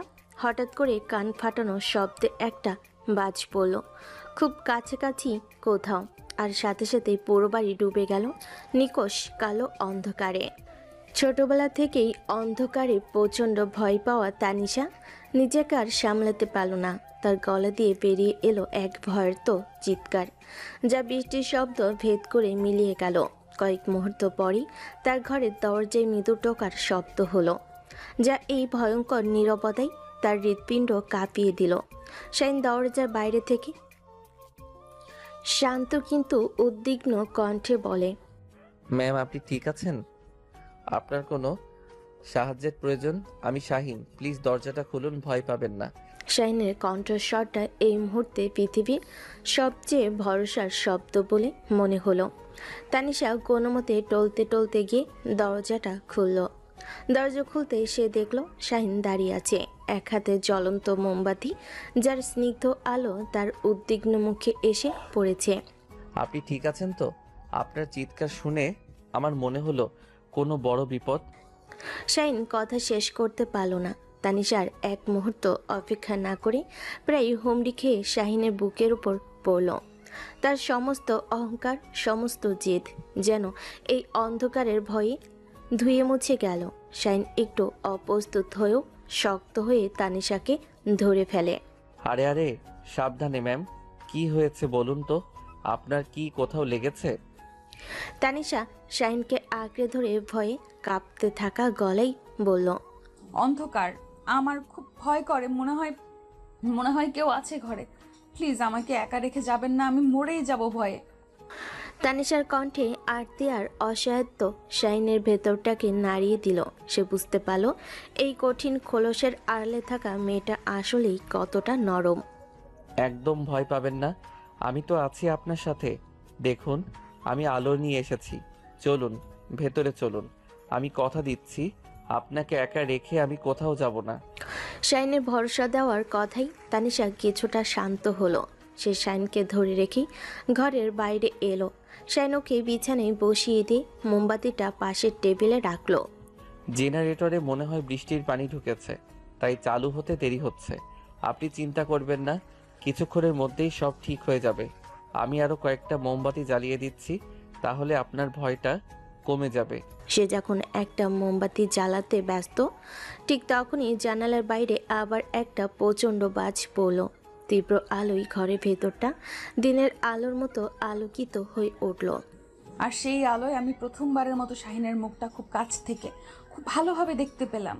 চিন্তিত কপাল, গভীর কালো দুটো চোখ, যত্ন করে ছাটা দাড়ি, কি ভীষণ মায়া জড়ানো তার মুখ। বাজের শব্দে আমি আবার চমকে উঠলাম। নিজের অজান্তেই পাশে দাঁড়ানো শাহিনের হাতটা খপ করে ধরে ফেলি। এই অপ্রত্যাশিত স্পর্শে শাহিনও চমকে উঠল। মোমের আলো আধারিতে আমাদের দুজনের চোখাচোখি হলো। ভয় নেই, আমি তো আছি। তানিশা ওর হাতের উপর নিজের আঙ্গুলের বাঁধন আরো শক্ত করে ধরা গলায় বলে, আপনি সত্যি যাবেন না তো? যদি আবার বাজ পড়ে, যদি আবার সব অন্ধকার হয়ে যায়? কোথাও যাব না, কথা দিচ্ছি। আপনার ঘুম না আসা পর্যন্ত আমি দরজার পাশের ওই চেয়ারটায় বসে থাকব। আপনি একদম চিন্তা না করে ঘুমানোর চেষ্টা করুন। না, চেয়ারে না, চেয়ারটা অনেক দূরে। আপনি এখানেই বসুন আমার পাশে, তাহলে আমার মনে হবে আমি একা নই। প্লিজ। তানিশার এই অনুরোধ শাইন ফেলতে পারল না। সে কোনো কথা না বলে চুপচাপ বিছানার এক প্রান্তে তানিশার থেকে যথেষ্ট দূরত্ব বজায় রেখে বসল। কিন্তু তাদের হাত দুটো তখনও একে অপরকে ধরেছিল। কিছুক্ষণ পর পরিবেশটা হালকা করার জন্য শাহিন বলল, জানেন, ছোটবেলায় আমিও খুব ভয় পেতাম। বাজ পড়লেই দৌড়ে গিয়ে দাদির আঁচলের নিচে লুকিয়ে থাকতাম। দাদি বলতেন, ভয় পাস না দাদু ভাই, আল্লাহ তার প্রিয় বান্দাদের ভয় দেখিয়ে পরীক্ষা নেন, যেন তারা তাকে আরো বেশি করে মনে করে। আর আমি আলমারির ভেতরে লুকিয়ে থাকতাম। মার একটা নীল শাড়ি ছিল, ওটা জড়িয়ে ধরে বসে থাকতাম। শাড়িটা মায়ের গায়ের গন্ধ ছিল, মনে হতো মা আমাকে জড়িয়ে ধরে আছে। মা চলে যাওয়ার পর থেকে এই অন্ধকারটা যেন আরো বেশি করে ভয় দেখায়। আপনার মা এখন নিশ্চয়ই জান্নাত থেকে আপনাকে দেখছেন, আর তিনি হয়তো চেয়েছেন আজ রাতে তার মেয়েটার ভয় কাটানোর জন্য কেউ একজন তার পাশে থাকুক। আজ থেকে যখনই ভয় লাগবে ভাববেন আপনার মায়ের নীল শাড়িটা নয়, আপনার পাশে এমন কেউ একজন আছে যে আপনাকে নিজের জীবনের চেয়েও বেশি আগলে রাখবে। শাহিনের এই কথাই তানিশা আর কোনো উত্তর দিতে পারল না। সে চলো চোখে শাহিনের দিকে তাকিয়ে রইল। এই স্পর্শ, এই ভরসা দেওয়া কথাগুলো, এই গভীর সান্নিধ্য, সব কিছু মিলে এক তীব্র রোমান্টিক অনুভূতি যার সারা শরীরে ছড়িয়ে পড়ল। সে বুঝতে পারল এই মানুষটার জন্য তার মনের মধ্যে যে অনুভূতিটা জন্ম নিচ্ছে সেটা কোনো মুগ্ধতা বা কৌতূহল নয়, তার চেয়ে অনেক বেশি কিছু। সেই ঝড় বৃষ্টির রাতটা তানিশার জীবনের সব কিছু উলটপালট করে দিয়েছিল। শাহিনের হাতে হাত রেখে সে কখন ঘুমিয়ে পড়েছিল তা সে নিজেও জানে না। সকালে যখন ঘুম ভাঙল তখন জানালার পর্দা ভেদ করে নরম রোদ এসে পড়েছে ঘরে। শাহিন তখন সেখানে ছিল না। বিছানার পাশে টেবিলে শুধু একটা চিরকুট রাখা। নাস্তা রেডি, কোনো প্রয়োজন হলে আমাকে ডাকবেন। তানিশা উঠে বসার চেষ্টা করলো কিন্তু পারল না। সারা শরীরে তীব্র ব্যথা আর মাথাটা যেন ছিঁড়ে পড়ছে। রাতের তীব্র মানসিক চাপ, হঠাৎ ভয় পাওয়া আর এসি ঘরে ঠান্ডা থেকে বারান্দার আর্দ্র হাওয়ায় বারবার যাওয়া আসা সব কিছু মিলে তার শরীরটা বিদ্রোহ ঘোষণা করেছে। উফ, কি হচ্ছে? আমার মাথাটা এভাবে ঘুরছে কেন? ঠিক তখনই তার ফোনটা বেজে উঠল। স্ক্রিনে বাবা নামটা ভাসছে। সে কোনো মতে ফোনটা রিসিভ করলো। হ্যালো মা, গুড মর্নিং। ঘুম ভালো আছে? কাল রাতে তো খুব ঝড় হলো, ভয় পাসনি তো? না বাবা, আমি ঠিক আছি। তুমি কখন ফিরবে? ওখানে তো একটা সমস্যা হয়ে গেল রে মা। চিটাগাং পরে একটা জরুরি বিষয় নিয়ে আমাকে এক্ষুনি বেরোতে হচ্ছে। হয়তো ফিরতে 2-3 দিন লেগে যাবে। তুই একদম চিন্তা করিস না, শাহিন তো আছি, তোর যা যা লাগবে ও সব ব্যবস্থা করে দেবে। আমি ওকে বলে দিয়েছি। বাবার কথাগুলো তানিশার কানে বিষের মতো লাগলো। কাল রাতে সে যখন ভয়ে মরছিল তখনও বাবা ছিলেন না, আর আজও যখন তার শরীরটা এত খারাপ তখনও বাবা চলে যাচ্ছেন। শাহিন তো আছেই, এই কথাটা তার ভেতরটাকেই যেন জ্বালিয়ে দিচ্ছিল। ঠিক আছে বাবা, তোমার কাজটাই তো আগে, তাই না? তুমি সাবধানে যেও, আমি এখন রাখি। ফোনটা রেখে সে আর চোখের পানি ধরে রাখতে পারল না। অভিমানে তার ভেতরটা ভেঙে যাচ্ছিল। সে জোর করে বিছানা থেকে নামতে গিয়ে মাথা ঘুরে পড়ে যাচ্ছিল। ঠিক তখনই হাসিনা বেগম ঘরে ঢুকলেন। আম্মাজান, এ কি অবস্থা তোমার? গা তো পুইরা যাইতাছে, তুমি দাঁড়ায় আছো কেন? শুইয়া পড়ো, আমি শাহিন বাবাকে খবর দিতাছি। হাসিনা বেগমের চিৎকারে শাহিন প্রায় ছুটে এলো। তানিশার টকটকে লাল মুখ আর এলোমেলো অবস্থা দেখে সে এক মুহূর্ত দেরি করলো না। সে কপালে হাত রেখে চমকে ওঠে। সর্বনাশ, এ তো অনেক জ্বর। খালা, আপনি ভয় পাবেন না, আমি এক্ষুনি ডাক্তারকে ফোন করছি। আপনি এক গ্লাস গরম পানি দিন তো। ডাক্তার ডাকার কোনো দরকার নেই, এটা সাধারণ ফ্লু, এমনিতেই ঠিক হয়ে যাবে। আপনি শুধু শুধু সিনক্রেট করবেন না। ম্যাম, আপনার শরীরের তাপমাত্রা অন্তত 102 ডিগ্রির উপরে। এই অবস্থায় এটাকে সাধারণ ফ্লু ভাবাটা বোকামি। প্লিজ তর্ক করবেন না, আপনার এখন বিশ্রামের প্রয়োজন। শাহিনের গলার স্বরে এমন একটা অধিকার আর আন্তরিকতা ছিল যে তানিশার কথা বাড়তে পারল না। সে চুপচাপ বিছানায় শুয়ে পড়ল। আধা ঘন্টার মধ্যে ডাক্তার এসে হাজির হলেন। ডাক্তার পরীক্ষা করে জানালেন ভাইরাল ফিভার, কিন্তু স্ট্রেসার অনিয়ম থাকার অবস্থা একটু জটিল হয়েছে। ডাক্তারের শেষ কথাটা তানিশার কানে এসে লাগলো।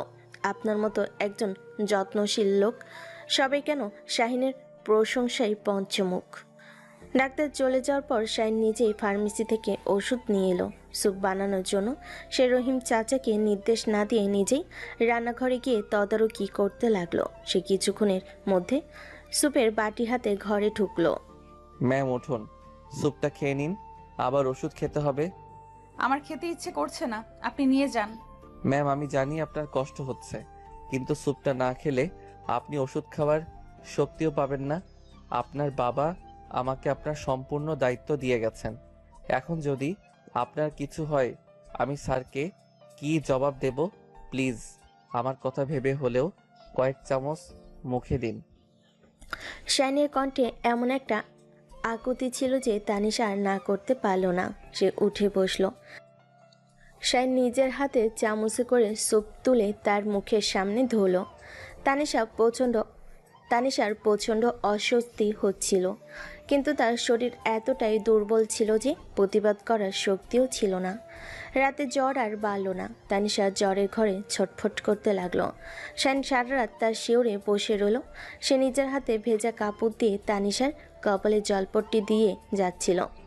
গভীর রাতে যখন হাসিনা বেগম তাকে বিশ্রাম নিতে বলেন, সে মৃদু হেসে না করে দিল। জ্বরের তীব্রতায় তানিশার চেতনা প্রায় লুপ্ত হয়ে এসেছিল। সে আধো ঘুম আধো জাগরণের এক ঘোরের মধ্যে চলে গিয়েছিল। এই ঘোরের মধ্যেই তার অবচেতন মনে জমে থাকা সব কষ্ট, সব যন্ত্রণা বেরিয়ে আসতে শুরু করলো। বাবা তুমি এসেছো, দেখো আমার কত জ্বর। তুমি একটু আদর করবে না? সেই ছোটবেলার মতো করে মাথায় হাত বুলিয়ে দেবে না? তোমার তো শুধু মিটিং আর টাকা। এই টাকা দিয়ে কি হয় বাবা? আমার কোনো দামি গাড়ি লাগবে না, আমার জন্মদিনে দামি গিফটও লাগবে না। আমার শুধু তোমাকে লাগবে, শুধু কয়েক ঘন্টার জন্য। প্লিজ তুমি যেও না। শাইন চুপচাপ তার পাশে বসে কথাগুলো শুনছিল। তার বুকের ভেতরটা ব্যথায় মোচড় দিয়ে উঠল। এই হাসি খুশি অহংকারী মেয়েটার ভেতর এত কষ্ট জমে আছে। আমার একটাও বন্ধু নেই, মানে আসল বন্ধু, সত্যিকারের বন্ধু হিসেবে কেউ নেই। সবাই আমার বাবার মেয়ে আফতাব চৌধুরীর মেয়েকে চেনে, তানিশাকে কেউ চেনে না, কেউ ভালোবাসে না। আমি খুব একা, খুব একা। কথাগুলো বলতে বলতে তানিশার চোখ দিয়ে পানি গড়িয়ে পড়ছিল। শাইনা নিজেকে ধরে রাখতে পারল না। সে কোনো কথা না বলে আলতো করে তানিশার হাতটা নিজের হাতের মধ্যে তুলে নিল। তার শীতল হাতটা যেন শাহিনের উষ্ণ হাতের মধ্যে আশ্রয় খুঁজছিল। এই স্পর্শটা পেয়ে তানিশা যেন কিছুটা শান্ত হলো। সে চোখ না খুলেই বলতে লাগলো, জানেন কাল রাতে আমার একটুও ভয় করেনি, এই অন্ধকারেও না, কারণ আপনি ছিলেন। আপনার হাতটা ধরে মনে হচ্ছিল পৃথিবীর কোনো বিপদই আমাকে ছুঁতে পারবে না। আপনি আপনি কি সব সময় আমার পাশে এভাবেই থাকবেন? আমাকে ছেড়ে চলে যাবেন না তো? শাহিন কোনো উত্তর দিল না। সে শুধু আলতো করে তানিশার হাতে চাপ দিল। একটা নীরব প্রতিশ্রুতি। এই মুহূর্তে কোনো কথার প্রয়োজন ছিল না। এই নীরবতাই ছিল হাজারটা শব্দের চেয়ে বেশি শক্তিশালী। তানিশা আর কিছু বলল না। সে শাহিনের হাতটা ধরে রেখেই শান্ত হয়ে ঘুমিয়ে পড়ল। শাহিন সারা রাত সেভাবেই বসে রইল, এক মুহূর্তের জন্য হাতটা ছাড়ল না। পরের দিন সকালে যখন তানিশার ঘুম ভাঙল, তখন জ্বরটা অনেক কম। সে চোখ খুলে দেখল ভোরের আলো ফুটেছে, আর শাহিন ঠিক সেভাবেই তার পাশে বসে আছে, তার হাতটা ধরে। তবে বসে নেই, ক্লান্তিতে চেয়ারের উপরেই মাথা রেখে ঘুমিয়ে পড়েছে। তার এলোমেলো চুল, ক্লান্ত মুখ, সব কিছু দেখে তানিশার বুকের ভেতরটা মায়ায় ভরে গেল। সে বুঝতে পারল তাদের মধ্যে থাকা সমস্ত অদৃশ্য দেওয়াল, সমস্ত অহংকার আর দূরত্বের বাধা এই এক রাতে ভেঙে চুরমার হয়ে গেছে। এই অসুস্থতা তাকে শারীরিকভাবে দুর্বল করলেও মানসিকভাবে শাহিনের অনেক বেশি কাছে নিয়ে এসেছে। এখন আর শাহিন তার কাছে শুধু বাবার পিএস নয়, তার চেয়েও অনেক বেশি কিছু। সে এখন তার সবচেয়ে বড় আশ্রয়, তার সবচেয়ে বড় নির্ভরতা। শাহিনের আন্তরিক সেবা আর যত্নে তানিশা দিন তিনেকের মধ্যেই পুরোপুরি সুস্থ হয়ে উঠল। এই 3 দিনে তাদের সম্পর্কটা এক নতুন মাত্রা পেয়েছে। এখন আর তাদের মধ্যে সেই আগের অস্বস্তিকর নীরবতা নেই, বরং তৈরি হয়েছে এক মিষ্টি বোঝাপড়া। তানিশা এখন আর শাহিনকে ইচ্ছে করে এড়িয়ে চলে না, বরং তার উপস্থিতিটাই উপভোগ করে। সুস্থ হওয়ার পরের দিনই তানিশার কাছে একটা ফোন এলো। ফোনের ওপাশে ছিল আরিয়ান, থাইল্যান্ডে ইউনিভার্সিটিতে পড়ার সময়কার এক পুরনো বন্ধু। হেই তানিশা, সারপ্রাইজ! আমি ঢাকায়, শুনলাম তুইও নাকি দেশে। তোর নাম্বার জোগাড় করতে আমার যা কষ্ট হয়েছে আরিয়ান, তুই ঢাকায় কবে এলি? আমাকে তো কিছুই জানাসনি। কাল রাতেই এসেছি।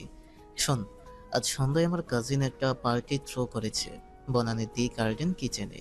তুই কিন্তু অবশ্যই আসছিস। অনেকদিন পর দেখা হবে, আড্ডা হবে। প্লিজ না করিস না। পুরনো বন্ধুর সাথে দেখা করার প্রস্তাবে তানিশা খুশি মনেই রাজি হয়ে গেল।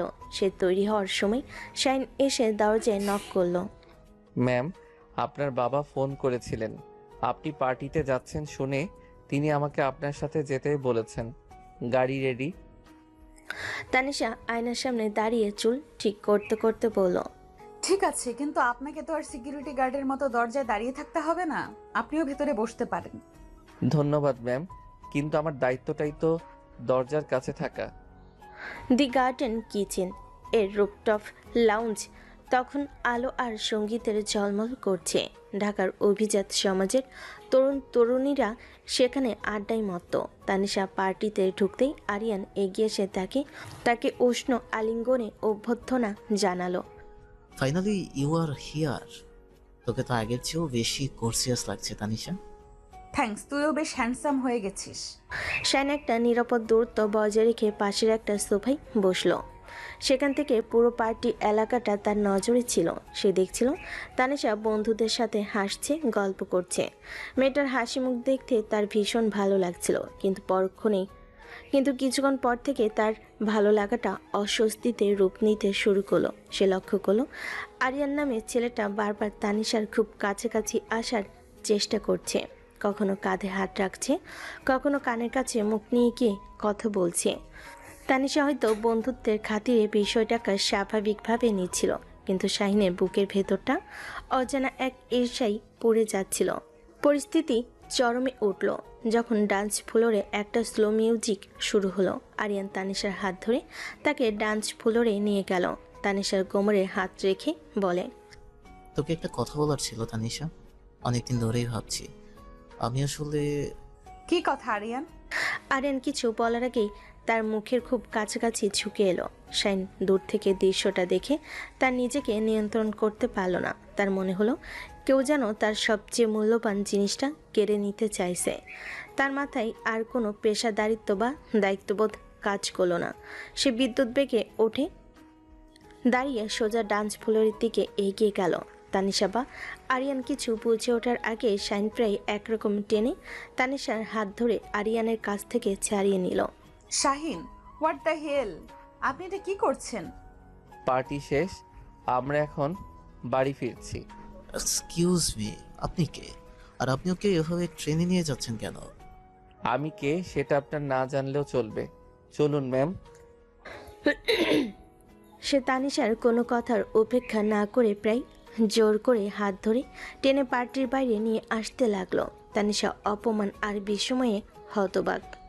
লিভ মাই হ্যান্ড শাহিন, আপনি পাগল হয়ে গেছেন? সবার সামনে আপনি আমাকে এভাবে অপমান করছেন? গাড়িতে ওঠার পর তানিশার আগে ফেটে পড়ল। শাহিন চুপচাপ গাড়ি চালাচ্ছে, তার চোয়াল শক্ত, দৃষ্টি সামনের রাস্তার দিকে। আপনার সমস্যাটা কি? হ্যাঁ, আপনি নিজেকে কি মনে করেন? আমার বাবা আপনাকে আমার পড়াশোনার দায়িত্ব দিয়েছেন, আমার জীবন নিয়ন্ত্রণ করার অধিকার দেননি। কি অধিকারে আপনি আমার বন্ধুর সাথে এমন ব্যবহার করলেন? কোন অধিকারে আপনি আমাকে এভাবে টেনে নিয়ে এলেন? শাইন কোনো উত্তর দিল না। তার এই নীরবতা তানিশার রাগকে আরো বাড়িয়ে দিচ্ছিল। কথা বলছেন না কেন? উত্তর দিন।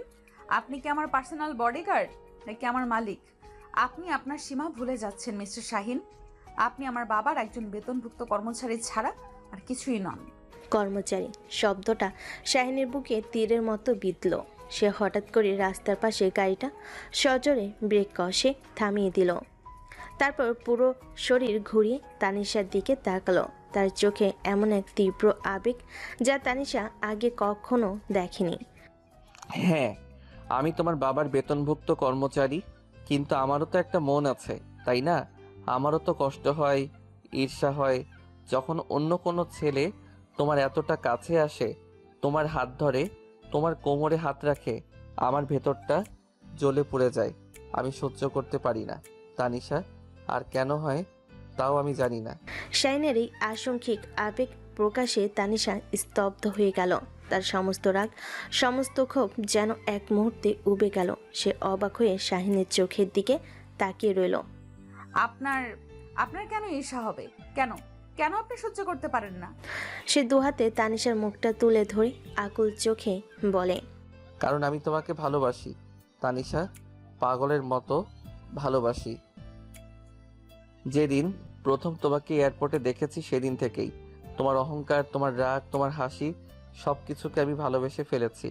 তাই তোমার কোনো ক্ষতি, কোনো অপমান আমি সহ্য করতে পারবো না। ওই ছেলেটা তোমার যোগ্য নয়, আমি ওর চোখের ভাষা পড়তে পারছিলাম।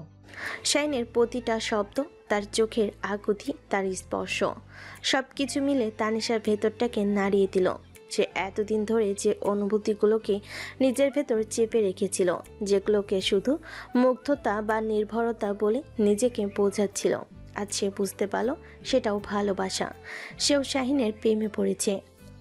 তানিশার চোখ দিয়ে টপ টপ করে পানি পড়তে শুরু করলো, কিন্তু এটা কষ্টের নয়, উপলব্ধির আনন্দ অশ্রু। আপনি আপনি যা বলছেন তা সত্যি? আমার প্রতিটা নিঃশ্বাসের চেয়েও বড় সত্যি তানিশা, আমি জানি আমার এই কথা বলার কোনো অধিকার নেই, আমি তোমার যোগ্য নই, কিন্তু আমার ভালোবাসাটা মিথ্যে নয়। শাইনের হাতের উপর নিজের হাত রেখে বলে, কে বলেছে আপনি যোগ্য নন? আর ভালোবাসার কথা বলার জন্য যোগ্যতার প্রয়োজন হয় না শাহিন, শুধু ভালোবাসার প্রয়োজন হয়। তানিশার এই কথায় শাহিন যেন আকাশের চাঁদ হাতে পেল। সে অবাক চোখে তাকিয়ে রইল। তানিশা, তার মানে তুমিও? আমি জানি না এটা কবে কিভাবে হলো, কিন্তু হ্যাঁ, আমিও আপনাকে ভালোবাসি। এই স্বীকারোক্তির পর গাড়িতে নেমে এলো এক আবেগঘন নীরবতা। বাইরে গাড়ির হর্ন, শহরের কোলাহল, কোনো কিছুই তাদের স্পর্শ করতে পারছিল না। তারা দুজন দুজনের চোখের দিকে তাকিয়েছিল, যেখানে ভাষা ছিল অপ্রয়োজনীয়। তাদের দুজনের মন আজই এক হয়ে গেছে। এই ঝগড়া, এই বিরোধ, এই অধিকারবোধের লড়াই তাদের ভালোবাসার চূড়ান্ত উপলব্ধি ঘটিয়ে দিল। সেই রাতে স্বীকারোক্তির পর তানিশা আর শাহিনের পৃথিবীটাই যেন বদলে গিয়েছিল। তাদের সম্পর্কটা আর লুকিয়ে রাখার প্রয়োজন হয়নি, অন্তত নিজেদের কাছে। শাহিন আগের মতোই তার দায়িত্ব পালন করত, কিন্তু এখন তার প্রতিটা কাজে মিশে থাকত গভীর ভালোবাসা আর যত্ন। আর তানিশার অহংকারী খোলসটা পুরোপুরি খসে পড়েছিল। তার জায়গায় জন্ম নিয়েছিল এক প্রেমিকা, যে তার ভালোবাসার মানুষের প্রতিটি মুহূর্তকে আগলে রাখতে চাই। তাদের দিনগুলো কাটছিল স্বপ্নের মতো, কখনো রিকশায় চড়ে হুট ফেলে বৃষ্টিতে ভেজা, কখনো লেকের ধারে বসে বাদাম খাওয়া, আবার কখনো শাহিনের পছন্দের কোনো পুরান ঢাকার দোকানে গিয়ে বিরিয়ানি খাওয়া। তানিশা যেন এক নতুন ঢাকাকে আবিষ্কার করছিল। শাহিনের চোখে তাদের খুনসুটি, হাসি ঠাট্টা আর ভালোবাসাই সময় কিভাবে উড়ে যাচ্ছিল তা তারা টের পায়নি। দেখতে দেখতে প্রায় 1.5 মাস কেটে গেল। একদিন সকালে আফতাব চৌধুরী নাস্তার টেবিলে কথাটা তুললেন। তানিশা মা, তোর তো আর বেশি দিন ছুটি নেই, ফ্লাইটের টিকিটটা কি আমি কনফার্ম করে দেবো? আর সপ্তাহ 2 পরেই তো তোর ক্লাস শুরু। বাবার কথাটা শোনার সাথে সাথে তানিশা আর শাহিন দুজনের দিকে তাকালো। তাদের দুজনেরই হাসি খুশি মুখটা এক মুহূর্তে ফ্যাকাশে হয়ে গেল। তারা ভুলেই গিয়েছিল যে এই সুন্দর সময়টা চিরস্থায়ী নয়। তানিশাকে ফিরে যেতে হবে। খুব ভালোবাসি। হ্যাঁ বাবা, করে দিও। সেই দিনটার পর থেকেই তাদের দুজনের উপর যেন এক বিষণ্ণতার ছায়া নেমে এলো। তাদের হাসি ঠাট্টা কমে গেল, খুনসুটির জায়গায় নিল এক নীরব বিষাদ। তারা একে অপরের পাশে বসে থাকতো ঘন্টার পর ঘন্টা, কিন্তু কোনো কথা খুঁজে পেত না। বিদায়ের অদৃশ্য দেওয়ালটা যেন তাদের মাঝখানে এসে দাঁড়িয়েছিল। একদিন বিকেলে বাগানে হাঁটতে হাঁটতে তানিশা বলে, আচ্ছা শাহিন, সময় এত তাড়াতাড়ি চলে যায় কেন? মনে হচ্ছে এই তো সেদিন আমি এয়ারপোর্টে আপনার সাথে ঝগড়া করেছিলাম। সুন্দর সময়গুলো বোধহয় এমনই হয় তানিশা, খুব দ্রুত চলে যায়, কিন্তু সারা জীবনের জন্য স্মৃতি রেখে যায়। কিন্তু আমি স্মৃতি নিয়ে বাঁচতে চাই না, আমি আপনাকে নিয়ে বাঁচতে চাই। আমার খুব ভয় করছে শাহিন, আমি চলে গেলে যদি সবকিছু বদলে যায়, যদি এই দূরত্বটা আমাদের ভালোবাসাকে ফিকে করে দেয়। আমার চোখের দিকে তাকাও তো, কি দেখতে পাচ্ছ? আপনাকে না, ভালো করে দেখো, এই চোখের ভেতরে তুমি, শুধু তোমাকেই দেখতে পাবে। এই ভালোবাসা যদি দূরত্বে ফিকে হয়ে যাওয়ার হতো তাহলে সেটা ভালোবাসাই নয় তানিশা, সেটা হয়তো ক্ষণিকের মোহ ছিল। আমার ভালোবাসা মোহ নয়, আমার বিশ্বাস। শাহিনের কথাই তানিশা ভরসা পেত, কিন্তু পরক্ষণেই বিদায়ের চিন্তাটা তাকে আবার বিষণ্ণ করে দিত। তাদের রোমান্টিক মুহূর্তগুলো এখন আর আগের মতো আনন্দময় ছিল না, বরং তাতে মিশে থাকতো এক চাপা কষ্ট।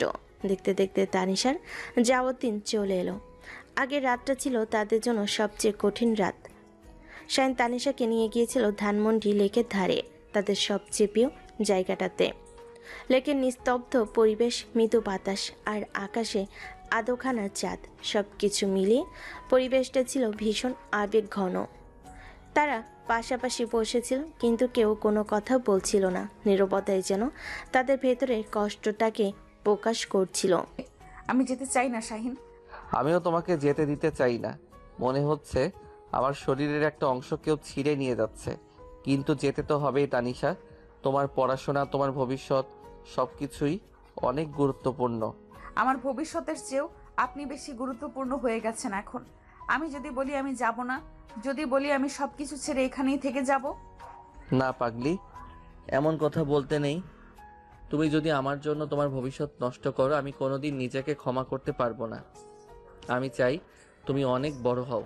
আমি তোমার সফলতার অংশ হতে চাই, তোমার ব্যর্থতার কারণ নয়। শাইনের এই কথাই তানিশার কান্নায় ভেঙে পড়ল। শাইন তাকে আলতো করে নিজের বুকের সাথে জড়িয়ে নিল। কাঁদে না প্লিজ, তুমি কাঁদলে আমার খুব কষ্ট হয়। আমরা তো শুধু কিছুদিনের জন্য দূরে যাচ্ছি, তাই না? দেখবে সময় কিভাবে কেটে যাবে তুমি টেরও পাবে না। সত্যি তো? আপনি আমাকে ভুলে যাবেন না তো? নিঃশ্বাস নিতে ভুলে গেলেও তোমাকে ভুলবো না। শাইন তার পকেট থেকে একটা ছোট্ট মখমলের বাক্স বের করলো। সে বাক্সটা খুলতেই ভেতর থেকে বেরিয়ে এলো একটা রূপোলি চেনের সাথে ঝোলানো ছোট্ট হার্ট শেপের লকেট। এটা তোমার জন্য। সে লকেটটা তানিশার গলায় পরিয়ে দিল। তানিশা কাঁপা কাঁপা হাতায় লকেটটা খুলল। ভেতরে তাদের দুজনের ছোট্ট একটা ছবি। সেই দিন রিকশায় বৃষ্টিতে ভেজার সময় তোলা ছবিটার দিকে তাকিয়ে তানিশার চোখ আবার পানিতে ভরে গেল। এটা এটা খুব সুন্দর শাহিন। যখনই আমার কথা মনে পড়বে, যখনই নিজেকে একা লাগবে, এই লকেটটা খুলে আমাদের ছবিটা দেখবে, মনে করবে আমি তোমার সাথেই আছি, তোমার হৃদয়ের খুব কাছে। আর আমাকে একটা প্রমিস করো। কি প্রমিস? এই দূরত্ব যেন আমাদের বিশ্বাসকে ভাঙতে না পারে। পরিস্থিতি যাই হোক, আমরা একে অপরকে বিশ্বাস করব, একে অপরের পাশে থাকব। প্রমিস?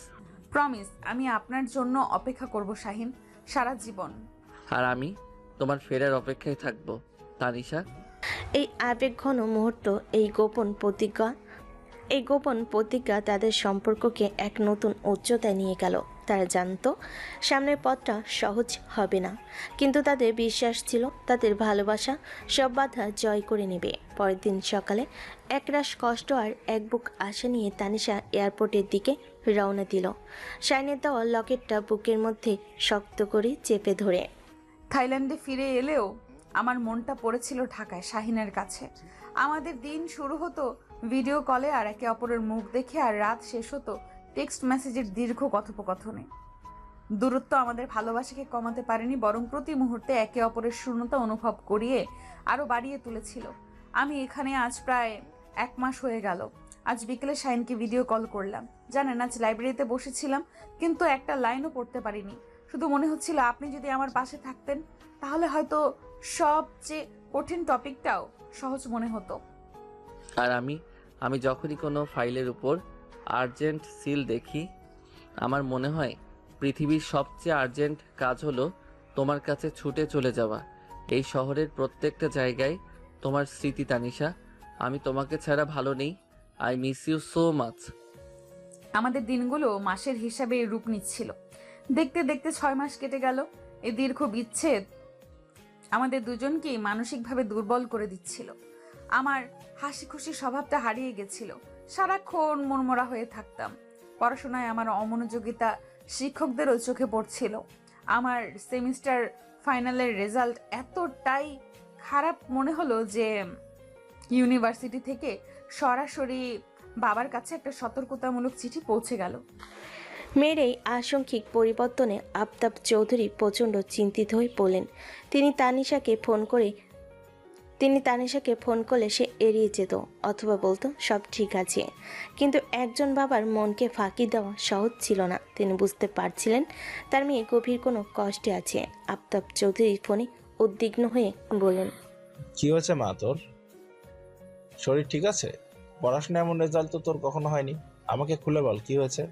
কিছু হয়নি বাবা, হয়তো এখানকার পরিবেশের সাথে মানিয়ে নিতে একটু সময় লাগছে। তুমি চিন্তা করো না, আমি পরের সেমিস্টারে সব ঠিক করে নেব।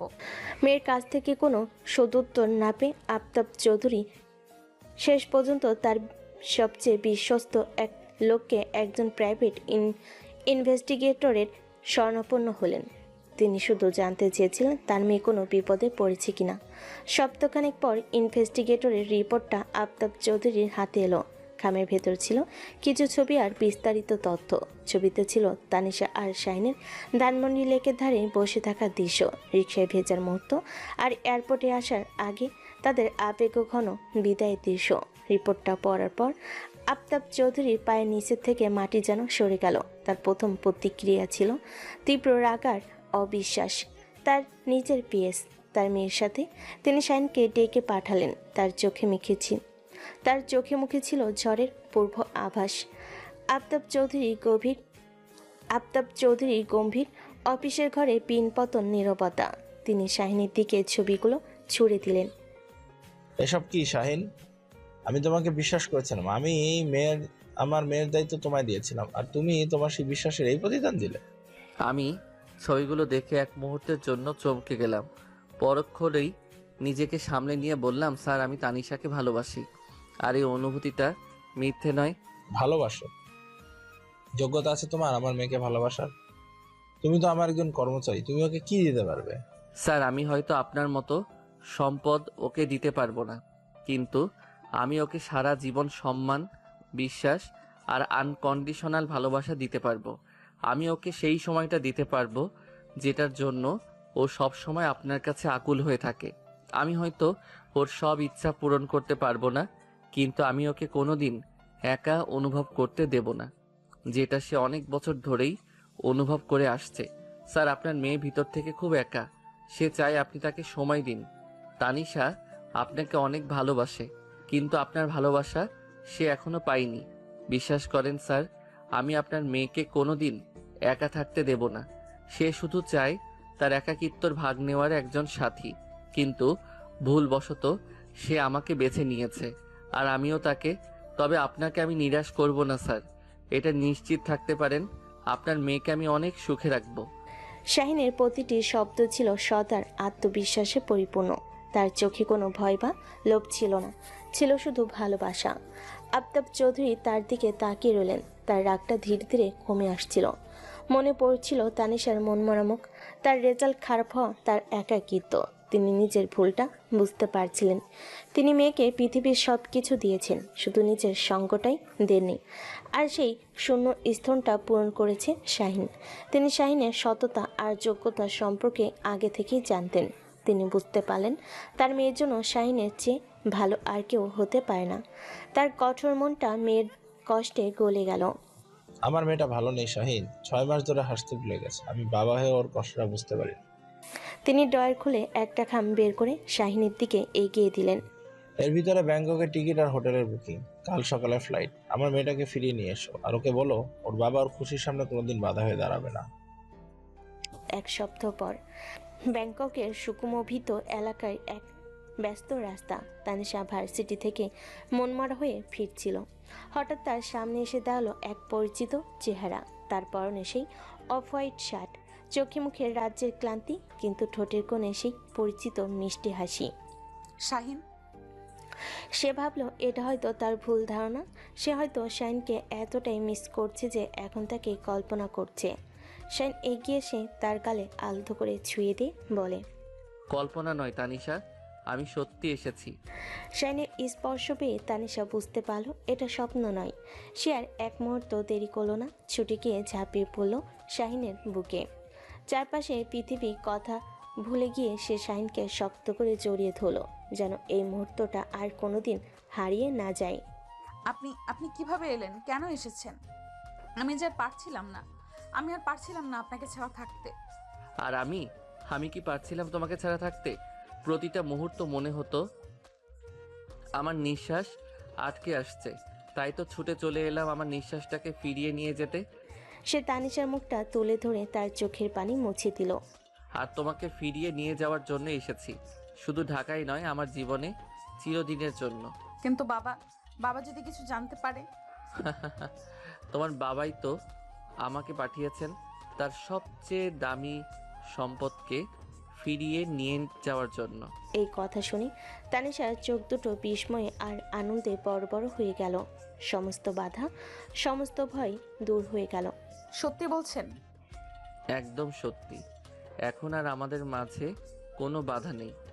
তানিশা আনন্দে আত্মহারা হয়ে শাহিনের গলা জড়িয়ে ধরল। শাহিন তাকে শূন্য তুলে নিয়ে নিজের চারপাশে একবার ঘুরিয়ে নিল। ব্যাংককের ব্যস্ত রাস্তা, গাড়ির হর্ন, মানুষের কোলাহল সব কিছুকে সাক্ষী রেখে দুটি মন আজ এক হয়ে গেল। তানিশাকে নামিয়ে তার কপালে গভীর চুমু দিয়ে বলল, আমি তোমাকে ভালোবাসি আমার অহংকারী রাজকুমারী। আমি আপনাকে ভালোবাসি আমার শান্ত বুদ্ধিমান রাজকুমার। সমস্ত বাধা পেরিয়ে তাদের ভালোবাসার এই পুণ্যমিলন এক স্বপ্নের মতো সুন্দর ছিল।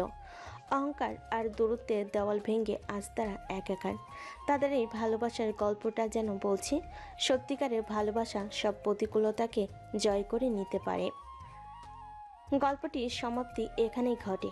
আমাদের আজকের গল্পটি ভালো লাগলে অবশ্যই ভিডিওতে একটি লাইক দিয়ে চ্যানেলটি সাবস্ক্রাইব করে দিন।